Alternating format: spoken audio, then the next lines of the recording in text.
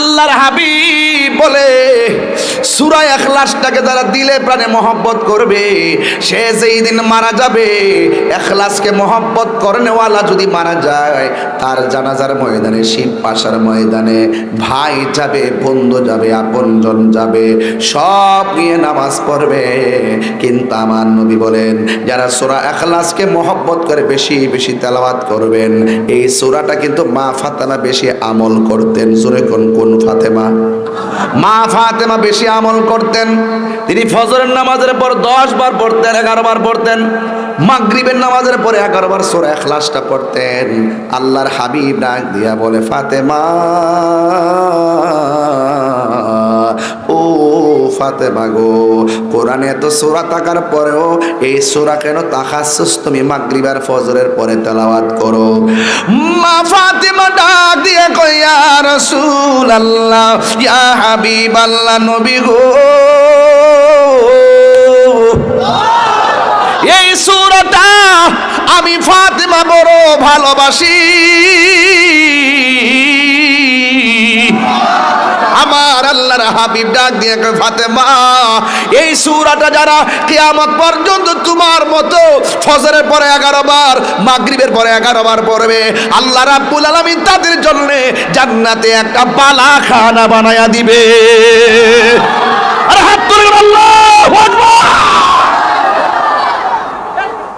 নিয়ামত দেওয়ার মালিক কে? আর বড় করে বলো কে?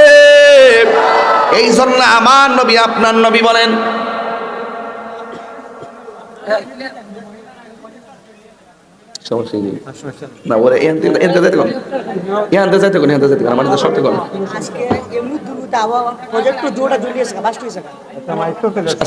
সব অভিযোগ করে না। আচ্ছা, এখান থেকে দূরে যে কথা করবেন তো আল্লাহু আকবার জোরে কর না কেন? আমি সময়ের খেয়াল করে কথা বলতেছি। সময়ের খেয়াল আছে না যে বলে লাটকা বয়ে গেলাম একবারে আস্তে আস্তে মানে বাড়তে থাকে, এরকম না। সময়টা কাজে লাগাইতেছি, আপনারা বোঝার চেষ্টা করবেন। আচ্ছা বলেন তো, সূরা ফাতিহা, সূরা ইখলাস কি খুব কঠিন? আপনারা আমার সাথে পড়ছেন না? আমি বন্ধ করা পড়তে কি পড়ছেন না আপনারা? তাহলে বোঝা গেল শতকরা 70 না 90% পোলাপানো মুরব্বীরাও এই সূরাটা পারে নাকি? বাজান পারে কিনা? পেদারাইছেন আমাদের ওসিমাদের ভাষা।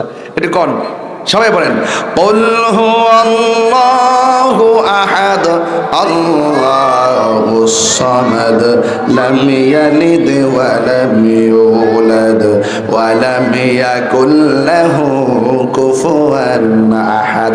এই সূরাটা যারা মহব্বতে তেলাওয়াত করবে, একদিন তো আমিও মারা যাব, আর একদিন তো আপনিও মারা যাবেন। কেউ দিনে মারা যাবে, কেউ রাতে মারা যাবে, কেউ সকালে মারা যাবে, কেউ দুপুরে মারা যাবে, কেউ দেশে মারা যাবে, কেউ বিদেশে মারা যাবে। আপনারা জবান খুলে কোন খাঁচার পচিং পাখিটা বের করে নিয়ে যাবেন কে? শিবপুরের মাঠে জানাজা হবে।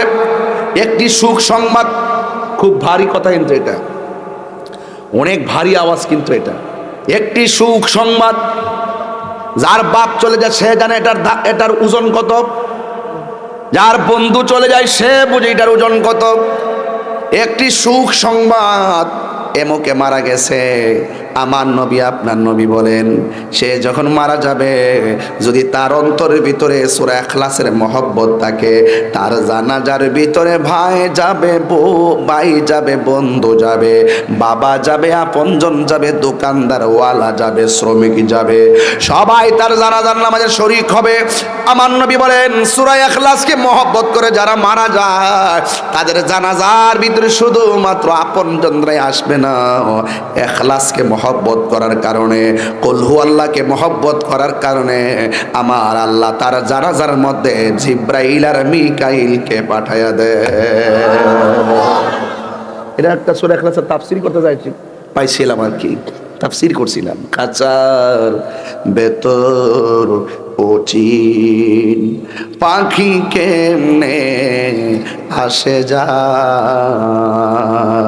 দেখছেন নিজ পাখিটারে? কথা কনা এক্সরে করলে দেখা জানি পাখিটারে, বাল্ব দেখা যায়, কিডনি দেখা যায়, সব দেখা যায়, রগ শিরা উপশিরা সব দেখা যায়, কয়টা হাড্ডি সব দেখা যায়।